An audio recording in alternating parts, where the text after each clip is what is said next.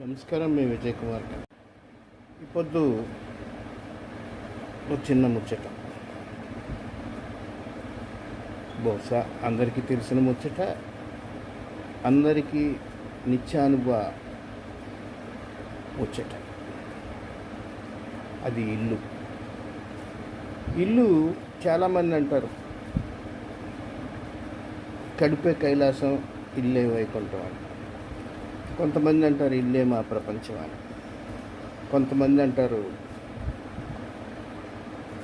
ఇల్లు మాకు స్ఫూర్తిదాయకం అని, ఇల్లు మాకు ఉపశమనమని, ఇల్లు మాకు స్వాంతనమని. నిజమే, ఏ మనిషికైనా ఇల్లే ఒక గొప్ప వరం. అది తాటాకుల పాకైనా, మేడైనా, మిద్దైనా, ఏదైనా ఇల్లు. అది స్తోమతని బట్ట డాంబికాలకు పోయి అప్పులు ఏర్పాటు చేసుకున్న, లేదా కష్టార్జితమైన ఇల్లు అంటేనే అందరికీ ఇష్టం. ప్లాట్ఫామ్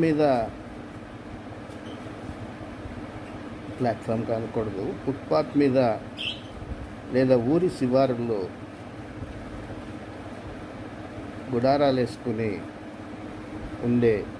నివసించే ఇళ్ళు అంటే ఉండే ఇళ్ళు, అందులో నివాసితులకి చాలా సంతృప్తి ఇస్తాయి.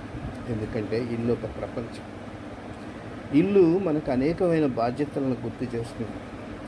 ఉదయం ప్రారంభం అవుతుంది గందరగోళం, సాయంత్రం శాంతంగా ముగుస్తుంది. రేపటి మీద గొప్ప ఆశను కలిగిస్తుంది. ఇల్లు ఆకలి కేకల బాధలను వినిపిస్తుంది. ఇల్లు అప్పుల రోదనను ఎలా పరిష్కరించుకోవాలా అనే ఆలోచన కల్పిస్తుంది.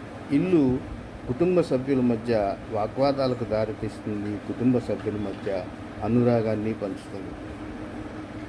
ఇల్లు మనకు స్ఫూర్తిదాయకమే.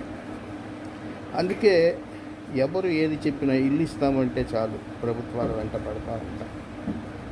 జాగా ఇస్తానంటే చాలు తీసుకుని ఒక గుడిసె చేస్తాము. ఇంటి లోపల మనుషుల మధ్య విభేదాలు రావచ్చేమో కానీ చివరికి అవి అనురాగంతో ముగుస్తాయి. ఇంటిని ప్రేమించుదాం, ప్రపంచాన్ని ప్రేమిద్దాం, మనల్ని మనం ప్రేమించుకుందాం.